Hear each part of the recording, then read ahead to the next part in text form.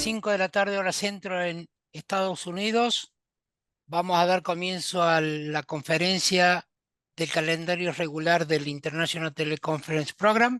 Muchísimas gracias por estar acompañándonos una vez más. Como ustedes habrán visto, hemos introducido algunos cambios. Estos cambios van a suceder en todas las conferencias del calendario regular del programa,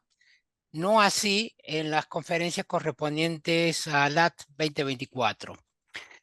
Como habrán visto, hemos cambiado el logo, lo hemos actualizado y hemos empezado a partir del día de la fecha con un nuevo formato en el cual yo voy a invitar a todos los coordinadores locales de las distintas instituciones de Latinoamérica, eh, invitándolos a participar con un link de un formato en el cual ustedes van a registrarse y con ese registro ustedes van a recibir un link para el webinar correspondiente y van a tener un recordatorio 24 horas antes y 1 hora antes del comienzo del webinar de cada mes. Lo más importante es que además con su registro ustedes van a recibir, posterior a que terminemos la conferencia, un nuevo mail a su correo electrónico en el cual le vamos a mandar un link para obtener el certificado de asistencia, que es lo absolutamente nuevo en este proceso. Y además, la otra gran novedad es que van a recibir una invitación para ver nuevamente la conferencia de la doctora Claudia Rodríguez Garza y las subsiguientes que vamos a grabar y a subir al canal YouTube de nuestro International Teleconference Program, que se llama WebiRats. Por supuesto que van a recibir indicaciones de cómo hacerlo. Estoy muy contento porque en los últimos meses hemos crecido y hemos agregado nuevas instituciones al programa. Se trata del programa de residencia de radiología de la Universidad de Cartagena, en Cartagena de Indias, Colombia, cuya coordinadora local es la doctora Micaela Arrieta. Y también hemos incorporado al Hospital Córdoba, que está adherido a la Universidad Nacional de Córdoba, en Córdoba, Argentina, cuyos coordinadores locales son los doctores Marcelo Ovejero, la doctora Carolina Paulazo y la doctora Erika Mercado. Sin otra novedad, les doy la bienvenida a todas y hago la presentación formal de nuestro speaker del día de la fecha, que ustedes ya la conocen, es la doctora Claudia Rodríguez Garza, quien es médica radióloga pediatra, es profesora del Departamento de Radiología e Imagen de la Facultad de Medicina y Hospital Universitario Dr. José Eleuterio González, que está asociado a la Universidad Autónoma de Nuevo León en Monterrey, México. Es profesora titular del curso de posgrado de alta especialidad en radiología pediátrica y además es miembro del Consejo Mexicano de Radiología e Imagen en la materia de radiología pediátrica. Y en el día de la fecha, Claudia nos hablará acerca de las malformaciones congénitas espinales. Bienvenida, doctora Rodríguez Garza, y adelante con tu presentación, por favor. Muchas gracias, doctor. Hola a todos. Estoy muy contenta de la invitación para la participación ya por tercer año en este programa de teleconferencias internacionales. En esta ocasión voy a participar con el tema de malformaciones congénitas espinales. No tengo ningún conflicto de interés y dentro del contenido de esta presentación pues voy a abordar algo de introducción de las malformaciones congénitas, embriología, terminología, osificación vertebral normal relevante para el diagnóstico de estas malformaciones, así como los métodos de imagen enfocados en el ultrasonido espinal y la resonancia magnética, y de manera más extensa la clasificación de los disrafismos espinales y una breve conclusión del tema. A manera de introducción, pues las malformaciones congénitas espinales son aquellas que pues denominamos colectivamente como disrafismos espinales. Esta es la malformación congénita más común del sistema nervioso central, que es compatible con la vida, y es la segunda malformación más frecuente en general, seguida de las cardiopatías congénitas. Estos disrafismos espinales usualmente son detectados en el periodo prenatal mediante el uso de ultrasonido que aunado al uso de la resonancia magnética fetal, que ya más recientemente está cobrando mucho auge, y a la capacidad de una resolución multiplanar, pues esto mejora de manera significativa tanto el diagnóstico y con ello pues el tratamiento temprano de estos pacientes y sobre todo personalizado. La clasificación pues, de los disrafismos espinales se basa en la correlación de las características clínicas, neuroradiológicas y embriológicas. Y es muy importante porque esta entidad pues, tiene una prevalencia bastante significativa, 1 a 3 por cada 1000 nacidos vivos. Lo más frecuente que vamos a encontrar en cuanto a localización pues, es que estas estén a nivel lumbosacro hasta en el 90% de los casos, y ya veremos ahorita desglosadas estas anomalías en la clasificación. El punto de tener en consideración, comprender lo que ocurre en este proceso de formación del desarrollo del sistema nervioso central, del tubo neural, la parte embriológica es muy importante porque nos va a ayudar también para hacer esta correlación de los hallazgos que vamos a encontrar nosotros por imagen en las diferentes anormalidades que podemos tener en este espectro grande de alteraciones que son los disrafismos espinales. Va a haber 3 periodos importantes en un corto tiempo que se van a estar formando y que van a impactar, porque cualquier anormalidad que pueda ocurrir en estas semanas, que es de la semana 2 a la 6, pues finalmente puede condicionar alguna de estas alteraciones. Estos 3 periodos son la gastrulación, la neurulación primaria y la neurulación secundaria. Empezando por la gastrulación, pues este periodo se lleva aproximadamente entre la semana 2 y 3 de la gestación. Y aquí en la gastrulación lo que ocurre es que las células del epiblasto, del blastocito, van a empezar a desplazarse, van a empezar a tratar como de moverse, desplazarse y unirse o mover a las células del hipoblasto, y de esta manera va a haber la formación de 3 capas que van a ser las que finalmente van a ser las capas o las láminas que van a corresponder al ectodermo, que era el epiblasto, el endodermo, el hipoblasto, y la nueva tercera capa, el mesodermo, que todas estas capas van a ayudar pues a la formación de los tejidos del bebé. En este periodo, o el segundo periodo, que es la neurulación primaria, que es entre la semana 3 y 4 de la gestación,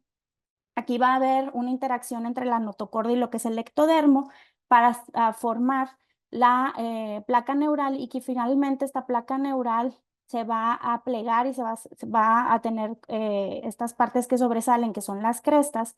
que van a unirse hacia la línea media, y que finalmente, bueno, estas crestas van a empezar a tener una unión como a manera de cremallera, donde va a ser a destiempo, la parte que está craneal se va a cerrar más tempranamente en el día 25, a diferencia de lo que es la parte caudal o el poro caudal, que es en el día 27-28, y este cierre va a permitir, pues bueno, que ocurra la formación del tubo neural. En este mismo periodo ocurre un evento muy importante, que es la disyunción, que a lo que hace referencia es que, bueno, en este periodo de disyunción hay una separación de todos los tejidos, como son pues el ectodermo, del tubo neural y de las células de la cresta neural, que eso es lo que normalmente debería de ocurrir. El tercer periodo embrionario pues es la neurulación secundaria. En la neurulación secundaria va a haber 3 pasos importantes que van a ser la formación de una masa celular que va a estar más localizadas a la región caudal. Estas van a ser células pluripotenciales que posteriormente pasan a un proceso de canalización en el cual va a haber la formación de quistes. Estos quistes van a coalescer y van a unirse con la parte que ya se había formado en la neurulación primaria, y posteriormente pues hay una diferenciación retrógrada donde va a haber una apoptosis y una unión y formación de lo que correspondería a lo que es el cono medular fetal y el ventrículo terminal. Es importante mencionar que en este periodo de neurulación secundaria va a existir la formación de lo que es la parte del sacro a partir de S3 y el coxis, a diferencia de la neurulación primaria, donde vamos a tener la formación del resto del tubo neural. Por lo tanto, Las patologías que se van a presentar dependiendo de si hay un insulto en cada uno de estos periodos van a ser diferentes y vamos a ver cómo hay unos que pueden ser más complejos que otros. Si hay algún fallo en estos 3 periodos importantes embrionarios, que básicamente duran 4 semanas, lo que va a ser equivalente pues es a que ocurra un disrafismo espinal. Dentro de la clasificación neurológica de los disrafismos espinales, pues tenemos que este es un grupo muy heterogéneo de alteraciones y como vimos, cada periodo es importante porque dependiendo del fallo en cada periodo vamos a tener diferentes patologías. Aquí a manera de también como introducción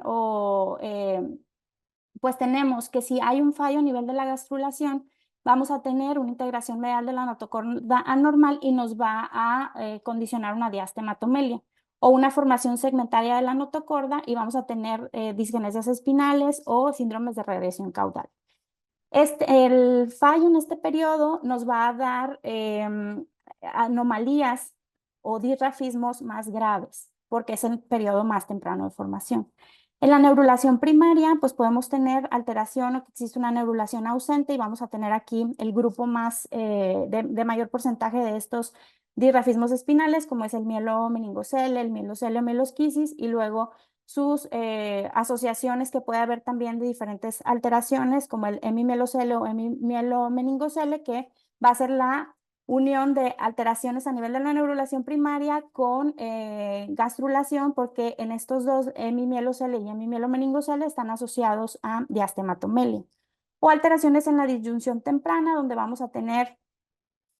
los lipos, el lipomielocele, el lipomielomeningocele y el lipoma intradural. Dijimos que la disyunción temprana es este periodo importante que ocurre en la neurulación primaria donde hay separación de todos los tejidos. Por lo tanto, si estos tejidos no están separados, van a quedar atrapados y por eso vamos a tener las manifestaciones por imagen que vamos a estudiar o vamos a repasar más adelante.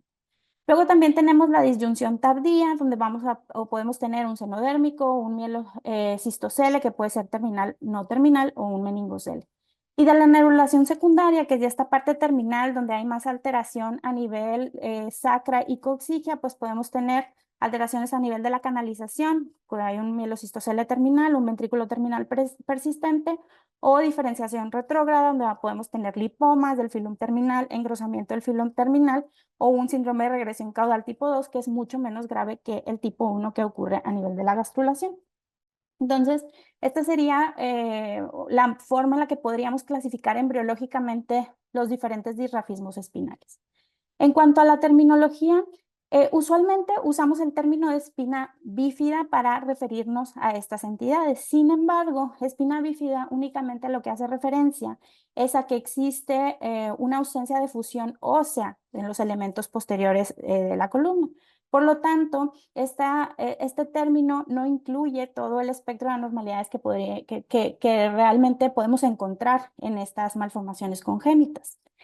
Debemos de usar más el término disrafismo espinal, ya que aquí podemos hacer uso o podemos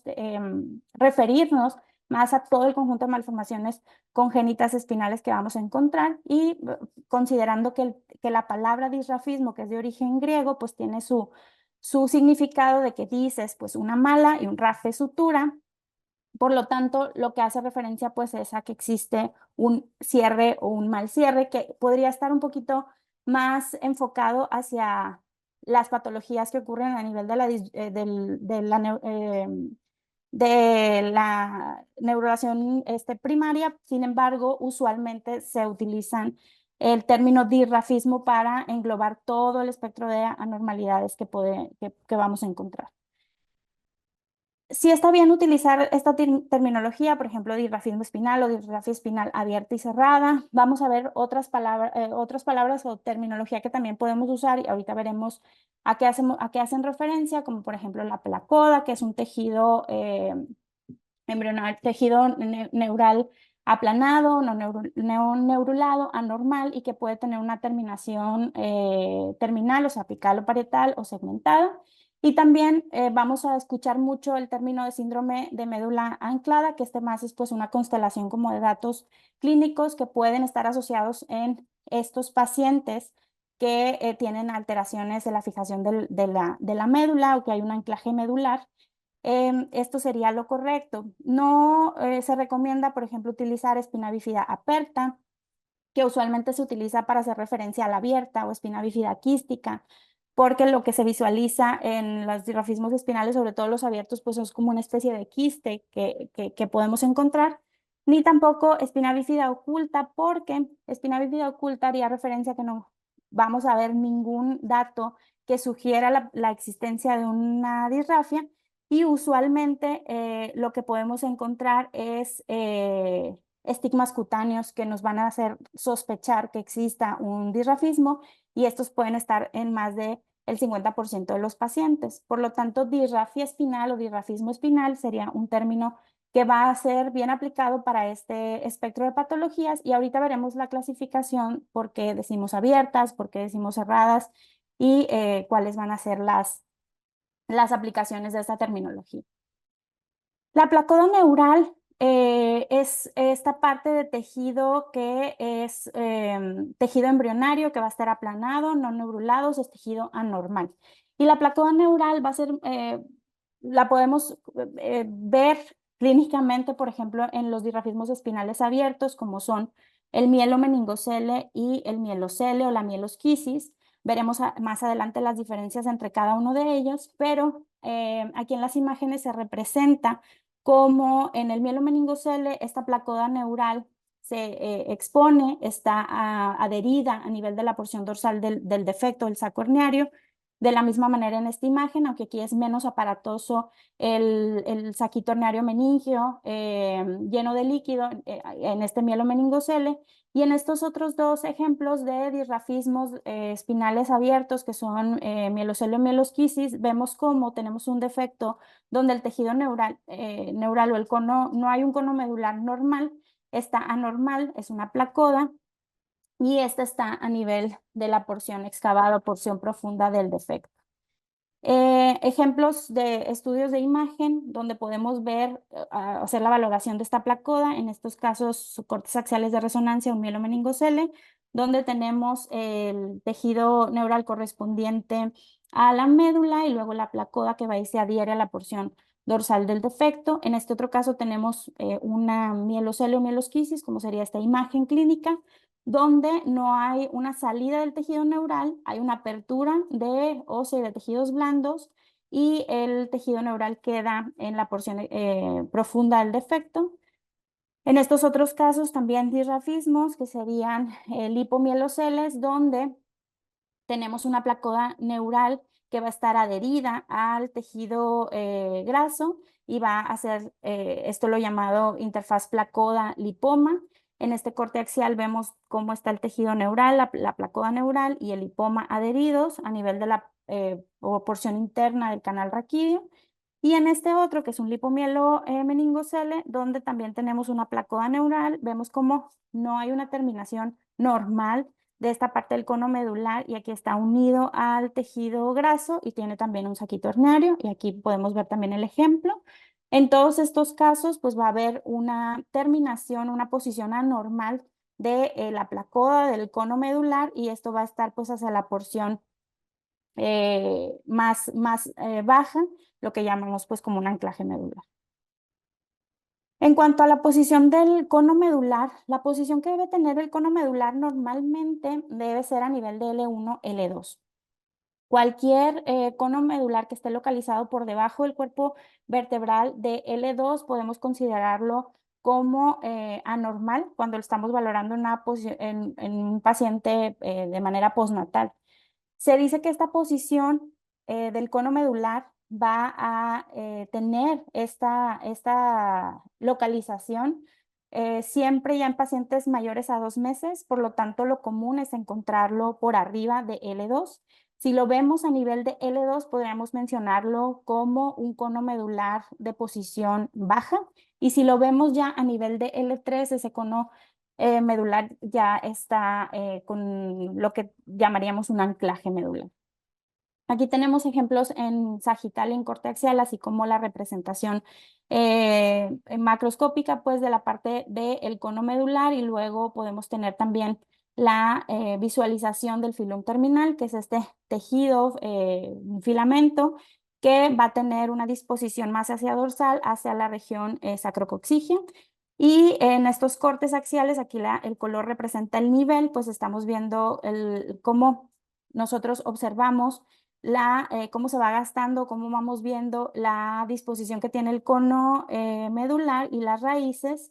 en los diferentes niveles. El filum terminal, solo para mencionar, siempre debe tener un grosor menor a 2 milímetros y ya veremos cómo grosores mayores de este pueden estar asociados también a patología.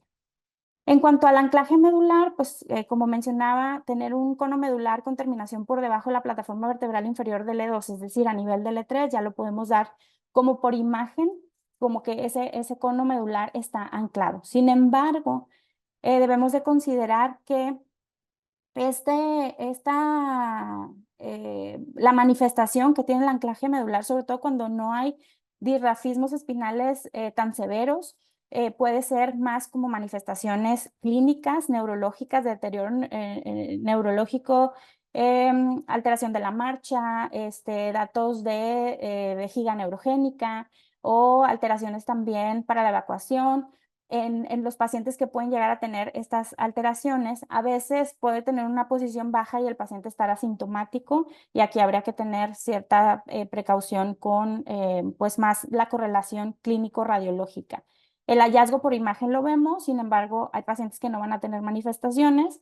y hay otros pacientes que, sin embargo, pues sí las van a tener. En el caso del anclaje medular, pues aquí va a tener una posición baja. Estas fibras nerviosas están tensionadas, las arteriolas, las vénulas van a tener alteración del metabolismo oxidativo y puede haber una mielomalacia y una siringomelia asociada también en estos pacientes que tienen anclaje medular, sobre todo aquellos que pueden estar asociados a mielomeningoceles o dirrafismos cerrados como lipomielocelo o lipomielomeningocelo. Y en estos casos, cuando hay anclaje medular, pues siempre hay que revisar que haya asociación con algunos disrafismos, como puede ser el fibrolipoma, lipoma del filum terminal, algún disrafismo en general de toda la variedad del espectro que tenemos, o anomalías también de la segmentación vertebral que podemos encontrar. Y como les mencionaba, la correlación con la sintomatología, pues aquí es muy importante. Aquí algunos ejemplos, es un mielomeningocele, donde vemos cómo pues la posición determinación de la médula. En este caso, pues es hasta la región sacra. Aquí pues vemos cómo sobresale del defecto y va y se inserta hacia la parte dorsal del saco herniario. Y bueno, en este otro, que es un lipomielocele, vemos cómo también tiene una posición baja en L4, L5, con este anclaje medular pues asociado al disrafismo. Y en este otro paciente que tiene un lipoma intradural, pues también vemos como hay una interfase de la placoda neural y lipoma que tiene una terminación también baja lumbosacra. Ahora, es importante a la par de hacer la revisión de la embriología y todas las alteraciones que pueda haber, si hay alguna lesión en alguno de estos periodos, pues valorar la osificación de los cuerpos vertebrales. La osificación de los cuerpos vertebrales, pues también va a ser un proceso en el cual pues vamos a ir viendo diferentes cambios por imagen. Tenemos que los cuerpos vertebrales pues van a tener su origen o van a formarse a partir de los somitas, y ya cuando nosotros vemos va a haber un proceso primero de condrificación, luego de osificación, más o menos vamos a poderlos ver bastante bien ya para la semana 20 de gestación, pero pues tienen particularidades que vemos entre más pequeños los pacientes, que posteriormente ya vamos viéndolos como más normales a como los visualizamos en el adulto. Y entre ellos, pues es que de acuerdo a este proceso de formación, pues los cuerpos vertebrales a partir de C2 hasta L5, pues van a tener tres porciones diferentes. Uno va a ser la parte que corresponde al cuerpo vertebral, otros van a ser los arcos neurales, uno de cada lado, y también la sincondrosis que vamos a poder encontrar, como son la sincondrosis neurocentral, que es la unión del cuerpo vertebral con el arco neural, que va a estar de cada lado, y la sincondrosis posterior, que es donde se va a unir o donde van a estar los procesos espinosos, que normalmente pues hay como una especie de molde cartilaginoso que por los diferentes métodos de imagen pues no vamos a ver la osificación, pero usualmente hay cartílago. Entonces, esto es relevante porque cuando nosotros estamos estudiando la columna, a veces, pues, sobre todo en radiografías de pacientes neonatos, podemos ver que hay muchas zonas que están radiolúcidas a nivel de los cuerpos de la unión, por ejemplo, del cuerpo vertebral con los arcos neurales y también en la parte de la línea media donde están los procesos espinosos que vemos que no están unidos, osificados completamente y que podemos confundir con patología. Aquí pues estamos ante las sincondrosis, que va a ser la neurocentral y la posterior, que van a ser normales en este periodo porque como mencionaba, pues ahí va a haber cartílago, no es que haya un disrafismo o que esté abierto de manera normal, sino que hay que conocer pues este proceso normal de osificación y cómo los vamos a encontrar. Aquí pues vemos en un estudio de tomografía este cuerpo vertebral donde vemos la misma representación del cuerpo vertebral, la sincondrosis neurocentral y la sincondrosis posterior, los arcos neurales y cómo pues tenemos estas imágenes que en radiografía se van a representar como zonas radiolúcidas. Ahora también importante ver la parte de la fusión incompleta posterior lumbosacra porque nos toca al momento de estar revisando los estudios ver muchos pacientes que tienen una ausencia de fusión de los elementos posteriores, sobre todo lumbares bajos y sacros. Esto puede ser normal en la mayoría de los pacientes,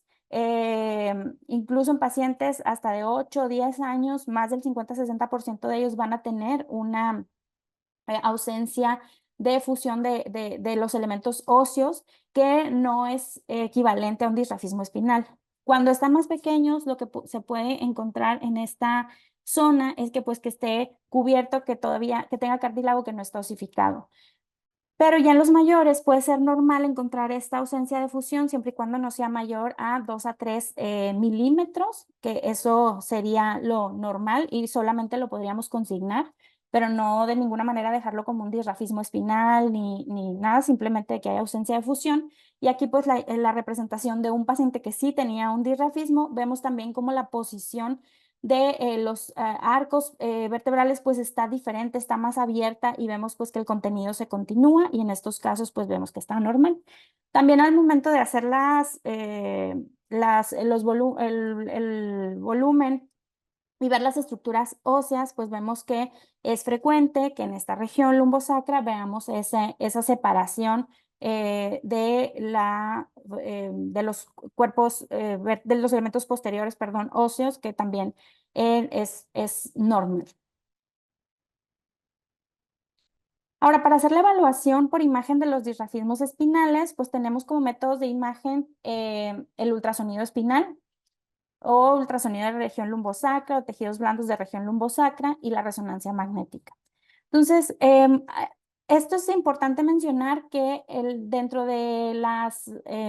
indicaciones para realizar un ultrasonido espinal, pues tienen que ser pacientes que no tengan defectos abiertos. Se va a hacer la evaluación de aquellos pacientes que se sospeche que tienen un disrafismo espinal cerrado. No se hacen ultrasonidos espinales sobre defectos abiertos, ni mielomeningoceles, ni mieloceles o mielosquisis, porque obviamente es muy evidente a la valoración el defecto y en este caso sería solo para aquellos defectos cerrados en los cuales pueden tener o no estigmas cutáneos y pues ya eso depende también del resto de los hallazgos. Esta es la posición en la cual colocamos al paciente para hacer la realización del ultrasonido. Se trata de poner como un colchoncito, una colchita enrollada en la parte del abdomen y de esta manera, con esta posición, tratar como de separar un poquito más las apófisis espinosas y poder tener una mejor visualización, aunque en general, como todavía esta parte, pues hay mucho cartílago, nos es fácil llegar hacia la visualización de estructuras más profundas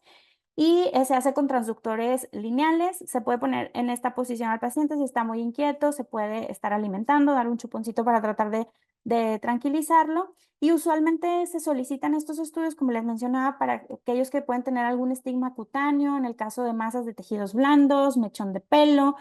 zonas de hiperpigmentación, hemangiomas o fositas. Dentro de las indicaciones, pues se sugiere que sean pacientes de entre 3 meses y 6 meses. Sin embargo, usualmente la solicitud es inmediatamente en el paciente postnatal y en aquellos pacientes que tengan marcadores cutáneos lumbosacros, como son los que ya mencionaba, que luego también estos marcadores se pueden clasificar de acuerdo a alto, intermedio o bajo riesgo, dependiendo del tipo de marcador estigma cutáneo que estemos hablando. Si hay un lipoma, es alto riesgo. Si son 2 o más estigmas cutáneos, también califica como alto riesgo. Si tiene una pseudocola o un quiste o senodérmico, igual. Y, por ejemplo, riesgo bajo, un hoyuelo simple, que ya veremos las indicaciones para estudio en este caso, o una mancha de vino de Oporto. Aquí pues hay que revisar la parte de que en este periodo pues la osificación está incompleta de los elementos posteriores, lo que nos facilita hacer la valoración tanto de los defectos que pueden tener óseos congénitos y asociados a lo mejor a tejidos blandos o algún tipo de lipoma. Y también para hacer la valoración del espectro de síndrome de regresión caudal, porque con este estudio podemos valorar cuál es el posicionamiento normal del cordón, dónde está posicionado para ver si es normal o bajo, o en pacientes posoperados para dar el seguimiento. La contraindicación pues serían defectos abiertos o defectos cerrados donde la piel sea muy delgada que podamos, o que haya riesgo de que nosotros lesionemos. En cuanto a estos defectos o estos disrafismos y los marcadores cutáneos, dependiendo de el tipo de marcador cutáneo que encontremos, por ejemplo, veíamos que las fositas simples estaban categorizadas en el grupo de bajo riesgo, pues es qué tipo de método de imagen vamos a utilizar. Y también, por ejemplo, en este contexto de los tipos de estigmas y hablando específicamente de fositas, hay que determinar si es una fosita simple o una fosita atípica. Las fositas son fositas que van a tener menos de 5 milímetros de diámetro y que van a estar a menos de 2,5 centímetros del orificio anal, pues no requieren una evaluación por imagen porque usualmente van a ser lesiones que están muy bajas y que es infrecuente que puedan tener una comunicación o que puedan estar asociadas a alguna alteración de alguna disrafia en general, aunque podemos encontrarnos pseudosenos, pero usualmente llegan hacia la región coxígea. Sin embargo, cuando tenemos una fosita atípica, que es aquella fosita que va a estar a más de 5 milímetros, que va a tener más de 5 milímetros de diámetro y que va a estar a más de 2,5 centímetros del orificio anal, ya son lesiones que son un poquito más superiores, que estas tienen mayor riesgo de que estén asociadas a un disrafismo y en este caso sí va a requerir una evaluación por imagen, a diferencia de las simples que no requieren una evaluación por imagen. Y ya dependiendo del contexto de la edad y las posibilidades, pues se va a decidir si se utiliza un ultrasonido o una resonancia magnética. En cuanto a las fositas, por ejemplo, las veríamos como estas, y aquí hay que evaluar las características, o sea, de lo que le mencionaba, la profundidad, y la distancia hacia el canal anal para poder determinar si se va a realizar o si requiere o no una evaluación por imagen. En cuanto a los fositas simples que podemos encontrar en neonatos, pues no se requiere un ultrasonido, no se recomienda en general porque usualmente va a ser muy poco probable que exista una anormalidad en el ultrasonido, menos del 2% van a tener anormalidades. Y de esos pacientes que presentan anormalidades, realmente menos del 0,1% va a requerir algo quirúrgico, o sea, usualmente van a ser anormalidades o variantes anatómicas o hallazgos incidentales que realmente no van a tener ninguna implicación para el desarrollo del niño y no van a tener alguna otra relevancia. El riesgo de malformaciones espinales en pacientes asintomáticos con una fosita sacra simple, pues ese es extremadamente bajo. Entonces aquí tenemos la valoración de cuándo sí se nos va a solicitar un ultrasonido o cuándo sí estará indicada la solicitud de un ultrasonido y usualmente es para lesiones que son atípicas o estigmas cutáneos que tengan alto riesgo de asociación con disrafismos, como ya lo vimos. Ahora, cuando ya se realiza el estudio de ultrasonido espinal, esta es la evaluación que podemos obtener. Como ven, tenemos una definición bastante buena de todas las estructuras óseas y el tejido neural, el cordón y las diferentes estructuras. Tenemos aquí corte cortes sagitales, donde podemos ver toda la extensión, incluso se debe de valorar desde la región cráneo cervical o de la unión cráneo cervical hacia la región coxigia, donde pues prácticamente aquí el coxis lo que vemos es cartílago. Y luego los cortes axiales también, donde vemos, donde vemos en esta parte del cordón, luego ya donde vemos parte del cono medular y luego donde vemos raíces nerviosas. Dentro de las estructuras que podemos valorar, pues son los cuerpos vertebrales, como estructuras óseas, los vamos a ver ecogénicos, que van a proyectar sombra acústica posterior. La grasa también epidural la vamos a poder evaluar, es toda esta parte de aquí que vemos ecogénica. Posteriormente vamos a poder evaluar también la dura madre, que se ve igual ecogénica. Y luego el cordón, perdón, espinal o medular, pues es toda esta imagen que se ve hipoecoica y la parte central que se ve más ecogénica, pues corresponde al conducto ependimario. Y también vamos a poder valorar las raíces nerviosas y el filum terminal, que el filum terminal usualmente lo vemos un poquito más ecogénico que las raíces y con una disposición más dorsal para tener su inserción hacia la región sacrocoxígea. La valoración con el ultrasonido espinal pues tiene que ser una valoración dinámica. Lo que esperamos es pues valorar, además de la posición y todas estas estructuras anatómicas que sean normales, pues también el movimiento que tienen las raíces, que debe ser un movimiento sincrónico al latido cardíaco, ya que cuando tenemos anclajes medulares no vemos este movimiento por el mismo anclaje que hay de la médula que está fija. Aquí tenemos las raíces que se ven ecogénicas y si se fijan ya en esta parte un poquito más ecogénica que el resto, está el filum terminal que es muy fácil distinguirlo y seguirlo. Dentro de los hallazgos, pues podemos tener variantes y patología. Dentro de las variantes, pues podemos tener quistes del filum terminal, quistes filares, podemos tener también dentro de la patología lipomas del filum terminal, donde la medida usualmente es mayor a 2 milímetros y lo vemos mucho más ecogénico. Vean aquí el corte en axial, donde este es el lipoma, se ve bastante prominente y más ecogénico que el resto de las raíces. También otros disrafismos como serían lipomas, senos dérmicos, que en este caso pues es un pseudoseno que va hacia la región coxígea, y también dirrafismos espinales cerrados, como en este caso que es un lipomielocele,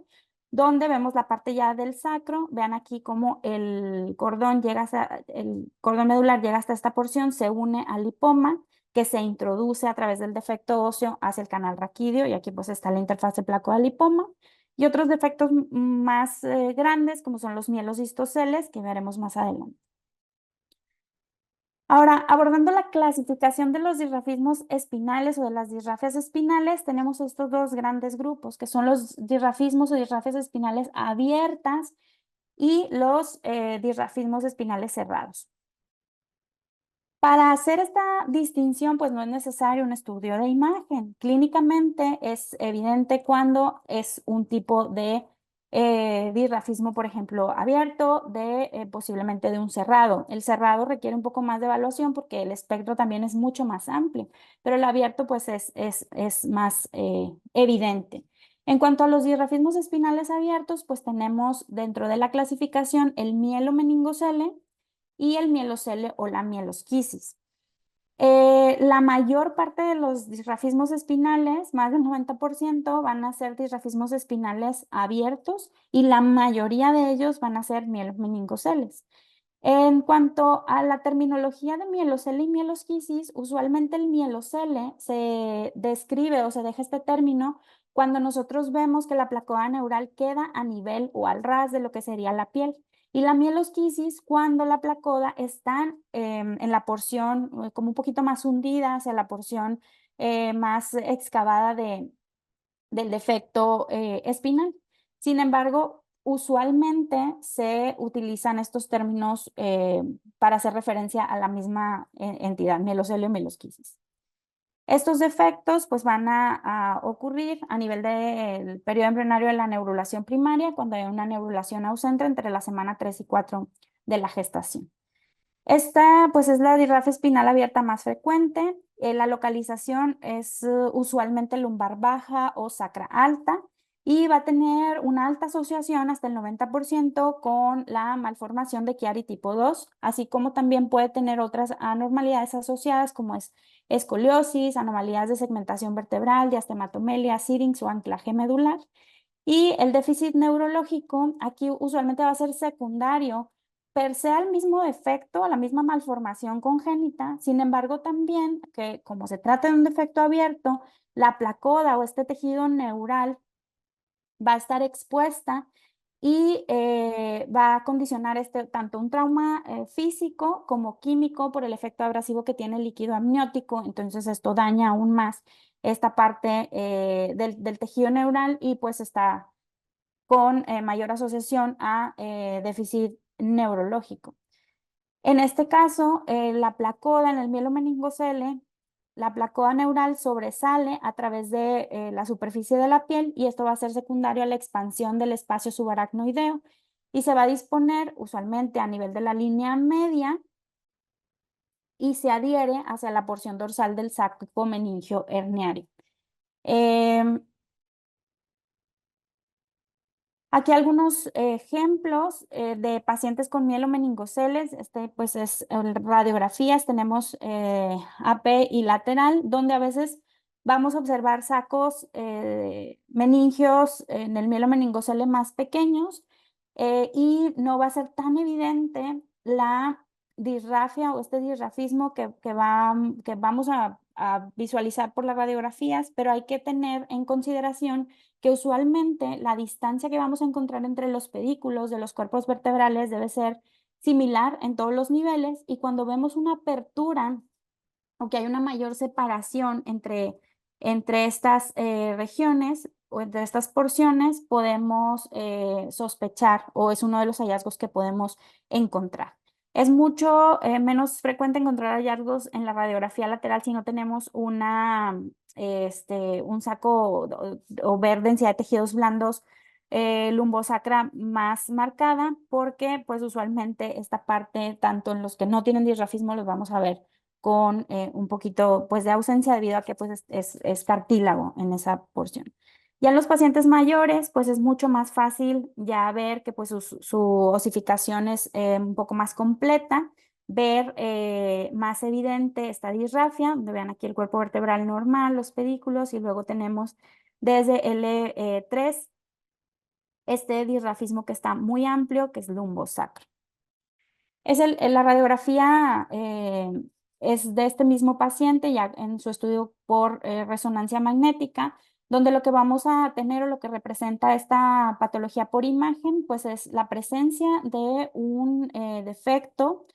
de tejidos blandos y óseos. Usualmente el nivel más frecuente es lumbosacro, que va a tener asociado un saco meningio herniario, que puede ser variable, el contenido puede ser en algunos un poquito más prominente que en otros, y va a tener también acompañado tejido neural, va a tener la placoda insertada hacia la porción dorsal del defecto, así como asociado a raíces nerviosas.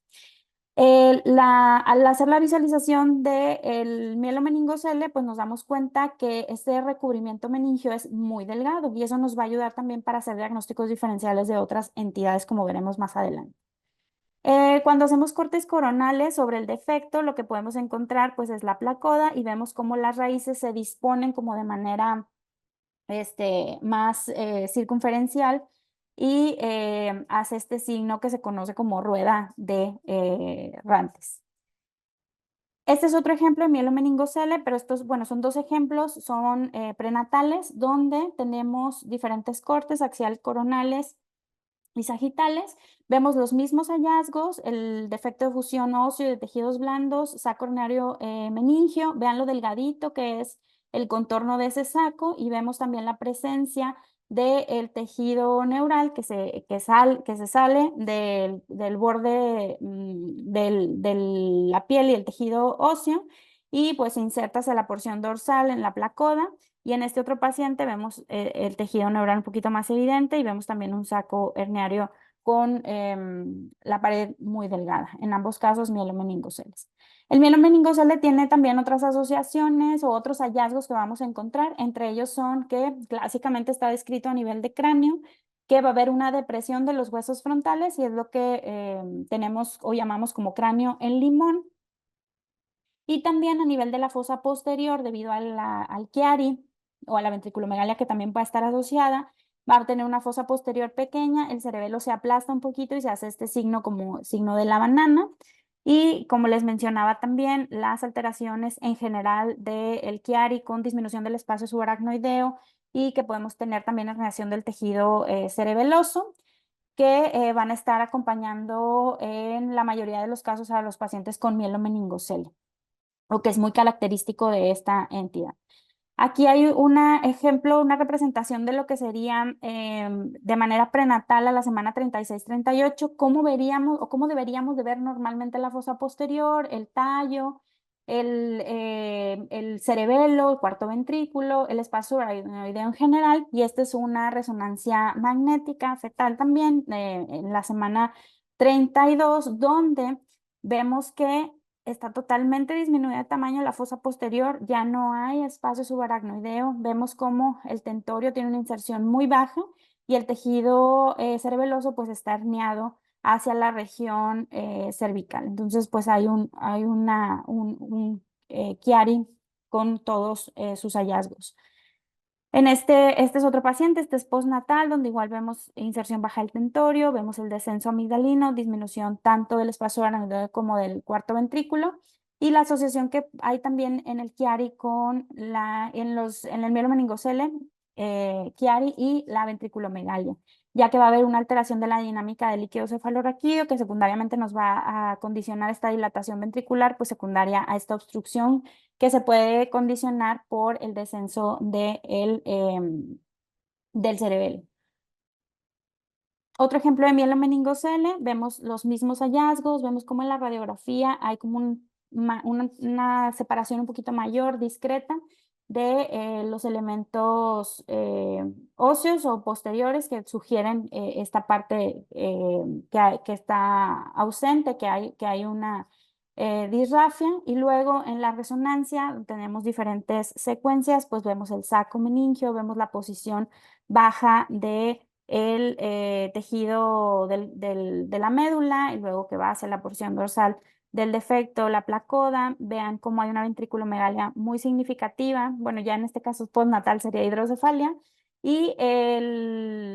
la fosa posterior, pues muy pequeña, con un descenso muy significativo hacia el cervical del tejido cerebeloso. En todos estos casos que he mostrado en mielomeningocele, vemos también la asociación, además del Chiari, pues del anclaje medular, que lo vamos a marcar hacia donde sale el tejido del el defecto. Ahora, el mielocele o mielosquisis, como ya mencionaba, pues también es otra de las patologías de disrafias abiertas. En este caso, pues lo vamos a ver clínica, en la foto, perdón, clínica de esta manera. En el estudio de imagen, esta es una resonancia fetal, vemos que hay una ausencia de ese saquito, vemos también que hay un disrafismo, una ausencia de fusión de los elementos óseos y los tejidos blandos, no vemos el saquito hornario meningio. Vemos que el tejido neural queda hacia la porción profunda de ese defecto, y en este caso también estaba asociado a Chiari y también no estaba, perdón, asociado a dilatación ventricular. La placoda neural en este caso queda a nivel de la piel, es lo que les mencionaba que se refiere a veces como el mielocele, o deprimida hacia el mielosquisis, pero en general los dos términos los podemos usar indistinto. En este caso, pues los aspectos embriológicos y clínicos, incluyendo la asociación con el Chiari, pues son equivalentes a los del mielomeningocele, es decir, que también vamos a poder encontrar todas estas alteraciones. Este es otro paciente con mielocele, en el cual era un poco más difícil, también es una resonancia prenatal, hacer la valoración debido a que la parte de la región lumbosacra estaba pegada hacia la pared uterina, entonces no se podía diferenciar de manera adecuada si había un sacorneario meningio o no, pero no veíamos que el tejido saliera más allá de la parte de la columna, entonces pues se mencionó como un mielocel. Otra de las cuestiones que hay que revisar también, pues, es la asociación que puede tener estas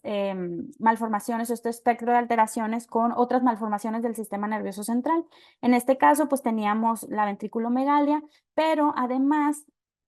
veíamos que el contorno ventricular tenía estas zonas isointensas a la sustancia gris, que eran heterotopia nodular. Y luego también a nivel del cráneo veíamos cómo había impresión de las circunvoluciones que estaban moldeando la tabla interna del cráneo, como dato ya también que sugiere pues hipertensión endocraneal crónica. Aún y de manera prenatal podíamos ver estos hallazgos. Ahora es relevante o es importante el tener en consideración esta clasificación y saber cuáles son los defectos o cómo diferenciar los defectos espinales abiertos, ya que hay la posibilidad de que estos disrafismos tengan una reparación prenatal y generalmente del mielo meningocele y se puede hacer una fetoscopía y se hace el cierre de este defecto.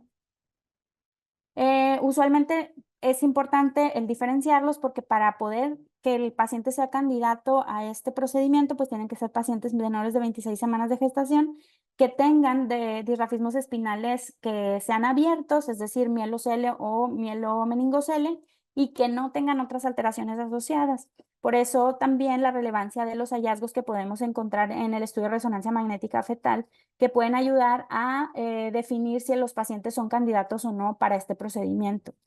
En este estudio del MOMS se hizo la valoración o el seguimiento de pacientes en los cuales se hizo reparación, en este caso no por fetoscopía, se exponía la parte del dorso fetal y luego se hacía o se cerraba. Y esto con la finalidad de ver que si en estos pacientes se beneficiaban con esta reparación prenatal, y lo que descubrieron pues es que, o los resultados que tuvieron es que el hacer esta reparación pues reduce la necesidad de válvulas de derivación ventriculoperitoneal, así como que también en el seguimiento disminuía la herniación cerebelosa y que mejoraba la puntuación de las escalas motoras y mentales cuando se hacía la evaluación de estos pacientes, por ejemplo, a los 30 meses, o duplicaba la habilidad de cambiar con ortesis. Sin embargo, pues había el riesgo de que incrementaba la discencia uterina y los nacimientos pretérminos. Aquí hay un ejemplo de un paciente que se sometió a este procedimiento, en el cual en la semana 19 tenemos esta malformación de Chiari, no hay espacio subaracnoideo, no vemos el cuarto ventrículo, tiene herniación cerebelosa, inserción baja del tentorio. Y luego, posterior al procedimiento, en el seguimiento, vemos cómo tuvo una mejoría, ya vemos espacio subaracnoideo en fosa posterior, cuarto ventrículo, a la semana 24 y de manera postnatal no hay alteraciones o ventrículomegalia y mejoró mucho el espacio subaracnoideo de fosa posterior y el cuarto ventrículo. Entonces, este es uno de los ejemplos que mostré de mielocele, que se hizo una reparación, este sí por fetoscopía, donde vemos la correlación de lo que observábamos en el estudio de imagen, donde no vemos un saco herniario, donde vemos la dehiscencia o el disrafismo espinal, y que vemos el tejido neural en la porción profunda del defecto. Y aquí tenemos el procedimiento donde se observa el defecto, la ausencia de fusión de los tejidos óseos y el tejido blando. Vemos el tejido, la placoa neural que está dentro del defecto, y este es el paciente posterior a que se hizo el cierre, donde vemos las suturas y se hizo la unión o se cerró esta parte que tenían abierta. Posteriormente a esto, pues hay que dar seguimiento a estos pacientes para revisar si mejoran, tanto usualmente disminuye la ventriculomegalia como también mejora el Chiari y todo este tema del anclaje medular. Muy bien, bueno, hasta aquí revisamos la clasificación de las disrafias espinales abiertas. Ahora vamos a ver las disrafias espinales cerradas. Aquí hay dos grupos también de evaluación de espinal de disrafias de disrafismos espinales cerrados, que van a ser las disrafias espinales cerradas que tienen una masa subcutánea, como es en este ejemplo, o esta fotografía clínica, y los disrafismos espinales sin masa subcutánea, que van a ser aquellos, por ejemplo, que podemos encontrar con estigmas cutáneos, hemangiomas, que tenemos mechones de pelo o que tenemos fositas.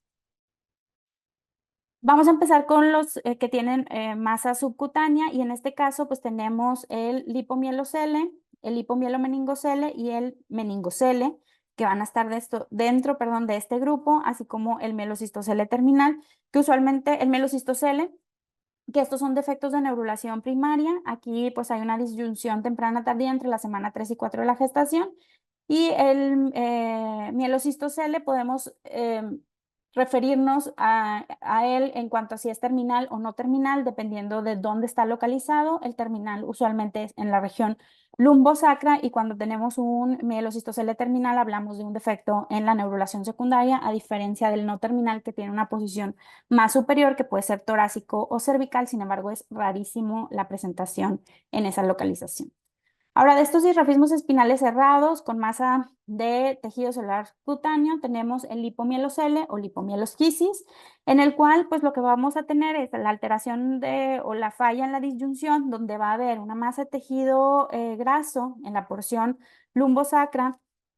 que ese tejido, a través de un defecto óseo, va a introducirse hacia el canal raquídeo y se va a unir al cordón medular, y va a hacer esta interfase de la unión de la placoda neural y el lipoma que vamos a observar.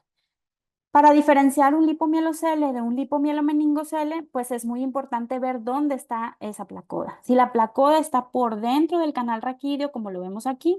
estamos hablando pues de un lipomielocele. A diferencia, cuando tenemos un lipomielomeniнгocele, esta placoda va a estar por fuera de lo que sería el contorno del canal raquídeo. Al igual que cuando hablamos de mielocele y mielosquisis, aquí también se hace la distinción entre lipomielocele y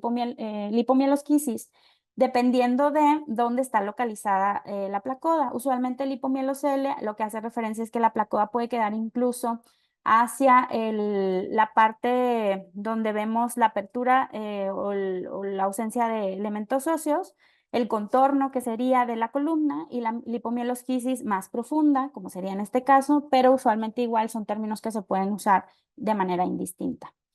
Y bueno, lo que les mencionaba, que aquí queda a nivel del canal espinal, la placoda, la interfaz placoda-lipoma, y pues va a ser una masa subcutánea lipomatosa que va a penetrar el canal espinal y se adhiere a la médula. Otro ejemplo de lipomielocele, vemos igual aquí diferentes secuencias, vemos secuencias con FATSAT, donde podemos evidenciar más la presencia de este lipoma intrarraquídeo, que va a estar unido hacia esa médula o esa placoda neural, que pues si se fijan igual en todos los ejemplos tiene una posición baja, más bien ya más abajo de L3, que corresponde ya con anclaje medular. Entonces, en todos estos pacientes vamos a encontrar que está anclado. Igual en este corte anaxial vemos esa interfase placoda-lipoma por dentro del canal raquídeo. Igual otro ejemplo donde observamos básicamente los mismos hallazgos, una posición tal vez un poco más superior, donde vemos esa unión dentro del canal raquídeo, y también la asociación que puede tener a veces dilatación del conducto pendimario, el Syrinx o la siringohidromiela, que también podemos identificar en estos estudios. Ahora, el hipomielo-meningocele vamos a tener esa interfaz placoda-lipoma fuera del canal espinal, y aquí va a ser muy similar a lo que ocurre con el meningocele, que hay una expansión del espacio subaracnoideo, pero en este caso combinado con el lipoma subcutáneo y con el meningocele posterior. Puede estar asociado a siringohidromiela y también a otras anormalidades como escoliosis o alteraciones de la segmentación vertebral. Y en todos estos hay un anclaje medular y una tracción de la médula. Vean los ejemplos del hipomielo-meningocele, donde la unión de la placoda y el lipoma queda por fuera del contorno del canal raquídeo y está asociado a un saquito quístico, a una porción quística. En este paciente tiene el anclaje medular, la posición baja, vemos en la región lumbar baja, sacra, y además asociado a múltiples defectos de segmentación vertebral, como son vértebras en mariposa, hemivértebras, vértebras en bloque. Otro ejemplo del hipomielo-meningocele, igual vemos que tenemos la interfaz placoda-lipoma, vemos la asociación con esta parte o este meningocele o esta porción quística que podemos observar, y aquí también lo identificamos en el corte axial. Ahora, el mielocistocele, pues vamos a tener como una combinación de diferentes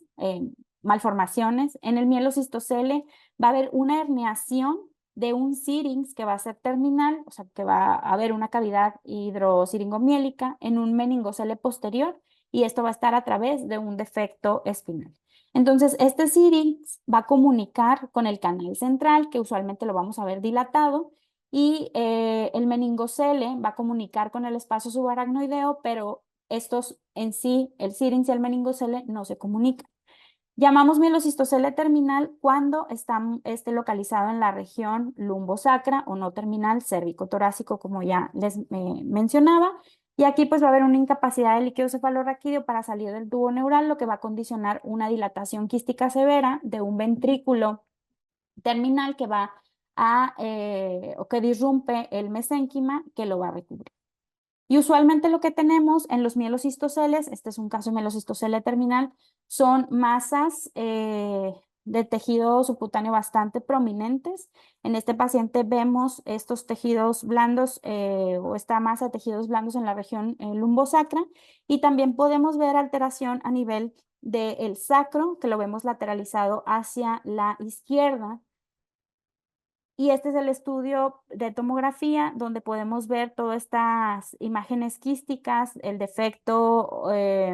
óseo de los elementos posteriores, y este es el sacro, como lo veíamos en la radiografía, a través de la parte lateral del lado derecho del sacro es por donde salía esta herniación, por eso tenía como efecto de desplazamiento esa disposición, era esta porción de aquí, donde estaba el disrafismo o la disrafia espinal, o sea, lo óseo. Y este mismo paciente tenía también un estudio de resonancia donde vemos el canal medular, vemos la dilatación o esta cavidad siringohidromiélica que se continúa hacia un ventrículo terminal que está pues dilatado, o este sírix que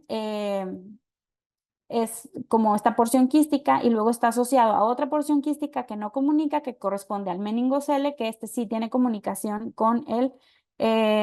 espacio subdural, pero no comunican entre ellos. En este caso igual pues es el mielocistocele terminal. Y este otro paciente, igual con mielocistocele terminal, usualmente los casos que hemos visto de mielocistoceles terminales son lesiones quísticas muy grandes.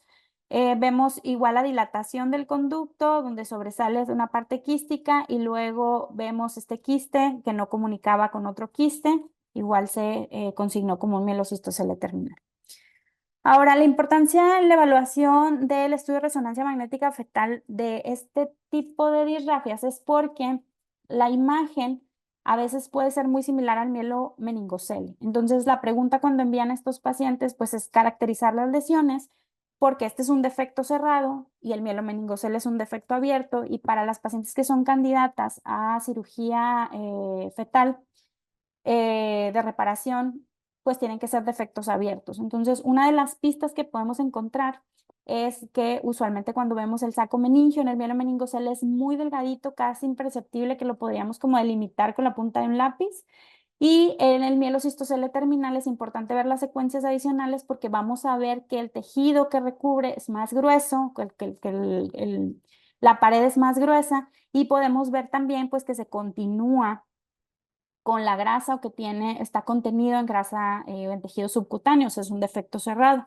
En estos tres casos, pues se trató de mielocistoceles terminales. Y también otro tip es que usualmente no vemos la disposición de las raíces como en rueda errantes, como veíamos en el mielomeningocele, sino que lo vemos como en terminación de una V o como una trompeta en todos los casos. Y bueno, en estos casos eran mielocistoceles terminales. El mielomeningocele pues solamente es un saco herniario que contiene líquido cefalorraquídeo, que va a estar recubierto tanto de dura madre como de aracnoides, y pues el defecto espinal pues puede ser pequeño o más grande. Usualmente cuando los meningoceles están de localización lumbaro-sacra pues son los posteriores, y cuando son anteriores tienen una localización presacra. Va a haber una dilatación y herniación de las meninges, secundario pues a las pulsaciones constantes del líquido cefalorraquídeo a través de ese defecto espinal, y la médula no se encuentra dentro del meningocele, pero a veces cuando está generalmente en una posición más alta, la médula puede incluso anclarse o quedarse hacia el nivel de la porción del defecto, y sobre todo cuando son más pequeños. Ese es un ejemplo de un paciente que se dio seguimiento, que se refirió por un meningocele cervical, donde pues en el estudio de resonancia se corroboró el hallazgo del meningocele, pero al hacer la evaluación de la extensión pues se vieron otras alteraciones, como eran heterotopias nodulares periventriculares. También tenía una disposición anormal de los giros, una polimicrogiria a nivel occipital, y en el cerebelo, el hemisferio cerebeloso derecho, pues prácticamente no se veía una hipoplasia cerebelosa. De manera postnatal, pues se corrobora también, este es al mes de nacido, pues el meningocele, y también los hallazgos de las alteraciones o malformaciones del desarrollo cortical. Ven aquí la heterotopia con un contorno ventricular nodular.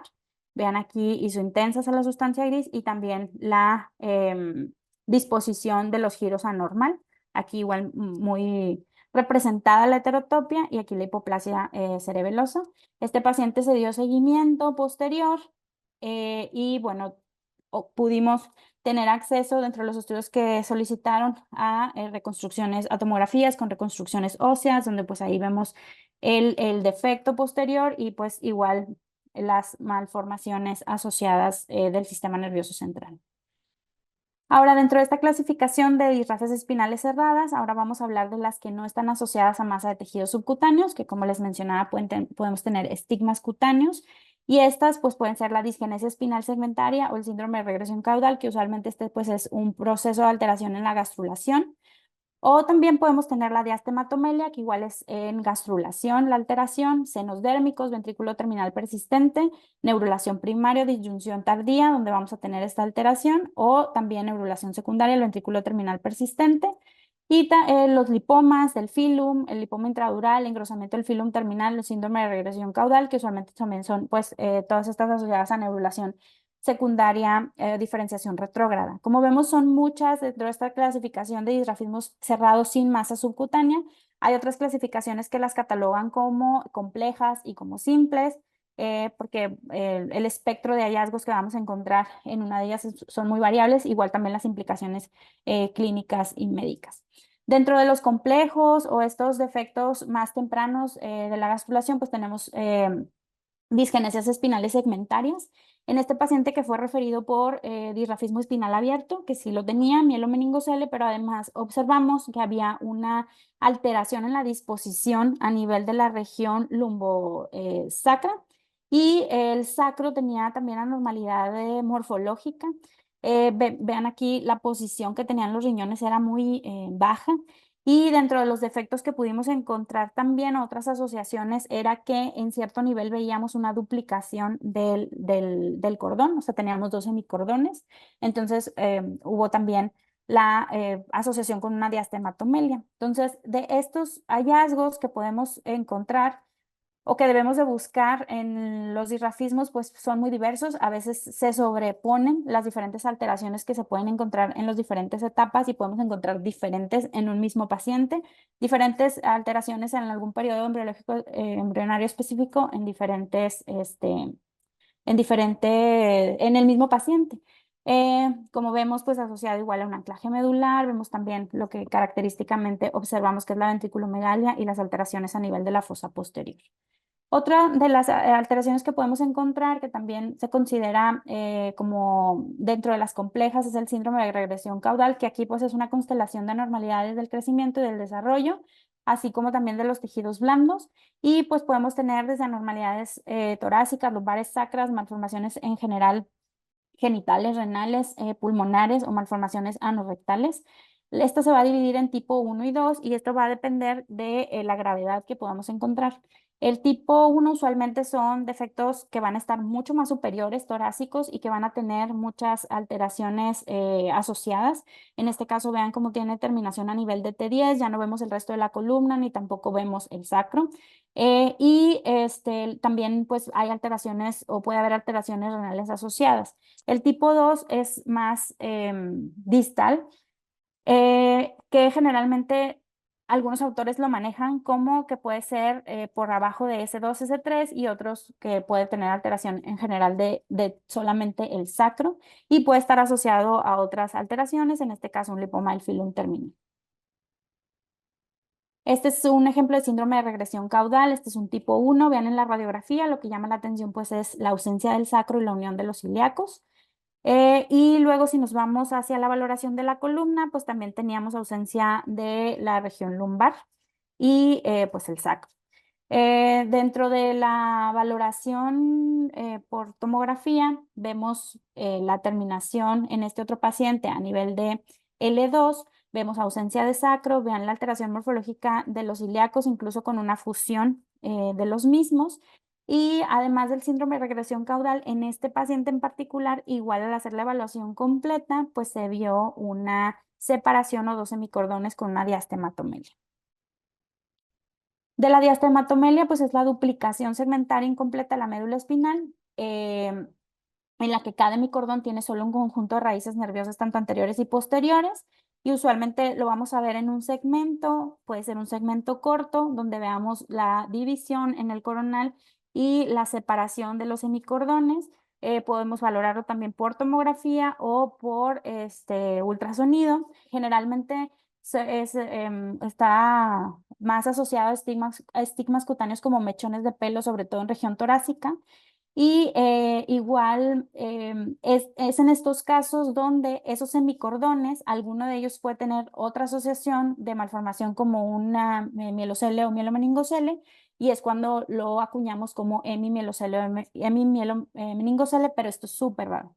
En cuanto a la diastematomelia, aquí por ejemplo un tipo 1, donde vemos la separación de los hemicordones. En este mismo paciente tuvimos la oportunidad de tener también el estudio de tomografía. Vemos aquí los hemicordones en resonancia separados y en tomografía vemos cómo están separados por un septo óseo que también tenemos en esta reconstrucción. Entonces, cuando hay una separación ósea, hablamos de esos hemicordones de una diastematomelia tipo 1 y cuando no lo hay, una diastematomelia tipo 2, como es en este caso, donde solamente vemos la división. En cuanto al seno dérmico, pues este es otro tipo de disrafismo espinal, donde hay una fístula que está revestida de epitelio que va a comunicar la superficie de la piel con el sistema nervioso central y su recubrimiento meningio. Usualmente vamos a encontrar pues una lesión intrarraquídea y la comunicación o ese seno dérmico va a ser más frecuente que sea lumbosacro y a la exploración física lo que se puede encontrar es un hoyuelo generalmente a nivel de la línea media o también superior a la hendidura interglútea con un defecto de fusión de elementos posteriores y el 50% puede estar asociado a la presencia de quistes dermoides epidermoides. En este caso o en estos casos hay que tener cuidado con aquellos pacientes que veamos alguna lesión intrarraquídea que esté asociada a defectos de fusión de elementos posteriores óseos a un disrafismo. Hay que siempre pensar en que pueda ser un seno dérmico que esté asociado con un quiste dermoide o epidermoide. Este caso es un niño de 4 años que llegó con nosotros porque tenía un hoyuelo con cambio de coloración y que había empezado a salir un material como purulento a través de esa zona. Nunca se había evaluado anteriormente. Cuando se hizo el estudio de la radiografía, vimos que había una ausencia de fusión de elementos posteriores y después se evaluó con un ultrasonido de los de tejidos blandos, donde si bien pues ya no era la edad indicada, pues podía haber información importante que nos ayudara a orientar sobre qué era lo que estaba pasando. Y en el ultrasonido de tejidos blandos lo que se vio fue un seno dérmico que tenía comunicación hacia el canal. La verdad es que más allá no podíamos observar porque era un poco difícil porque ya todo estaba muy osificado, pero eso dio la pauta para pensar que en este caso pues a lo mejor lo que estaba asociado era pues que tenía una neuroinfección y el seno dérmico en este paciente. Posteriormente se hace el estudio de resonancia, donde en el estudio de resonancia lo que se observa es una colección. Sí tenía un seno dérmico, que es esto que vemos aquí, hipointenso, lineal. En tejidos blandos tenía también ausencia de fusión de elementos óseos y tenía una colección intrarraquídea con un reforzamiento dural muy importante, ya pues era que estaba infectado. El lipoma intradural, pues es un lipoma que va a estar contenido en el espacio intradural asociado a la médula espinal o al cordón medular distal y también puede estar asociado al filum terminal. pero este va a estar separado del tejido celular subcutáneo de los tejidos blandos de la región lumbosacra, a diferencia de las otras anormalidades que vimos como lipomielocele o lipomielonmeningocele. Sin embargo, cuando se hace la valoración, pues sí vamos a poder ver que va a haber una unión entre la placoa neural y el lipoma, que va a estar intrarraquídeo, intradural. Ahora, de anormalidades del filum terminal, pues tenemos este lipoma del filum terminal, que va a ser un engrosamiento fibrolipomatoso del filum. Normalmente por ultrasonido el filum debe medir menos de 2 milímetros, y si bien es un poquito más ecogénico a las raíces nerviosas, cuando tenemos asociación a tejido graso, lipoma, lo vemos mucho más ecogénico y engrosado, como ya les mostré también en las imágenes iniciales. En el estudio de resonancia lo que encontramos pues es en el T1 la presencia de esta banda que está en la topografía del filum, hiperintensa, que suprime a la secuencia de supresión grasa, y que, bueno, lo podemos visualizar de esta manera. Puede haber lipomas del filum terminal muy, muy delgaditos que pueden ser difíciles de evaluar. Y aquí es muy importante la correlación clínica. Va a haber pacientes en los cuales el lipoma, el filum terminal, sea un incidentaloma, y en otros pacientes que francamente tengan datos neurológicos de síndrome de médula anclar. El engrosamiento del filum terminal usualmente es pues cuando el filum tiene un grosor más de 2 milímetros. Vean en este caso, como es un T1 donde la grasa está hiper, pues aquí vemos nada más el engrosamiento, no vemos la asociación con un lipoma. Y usualmente puede ser que no tenga relevancia clínica, pero es igual la correlación, porque hay pacientes que puede ser el único hallazgo y tener síndrome de anclaje medular. Y puede haber otras anomalías asociadas, al igual que en el resto de las malformaciones o disrafismos. El filum tiende a ser corto e hipertrófico. Y a manera de conclusión, pues las malformaciones congénitas de la columna vertebral y de la médula espinal, pues es un grupo heterogéneo de anomalías que ocurren por fallo en el proceso embriológico de la formación del tubo neural. Y aquí la neuroimagen pues juega un papel fundamental para el diagnóstico y sobre todo para la evaluación prequirúrgica, por lo que hay que tener un enfoque organizado de los hallazgos por imagen, así como el conocimiento y la correlación embriológica, y tener en consideración la clasificación de los disrafismos espinales para poder encajar a estas alteraciones en un grupo específico. Y eso sería todo. Muchas gracias.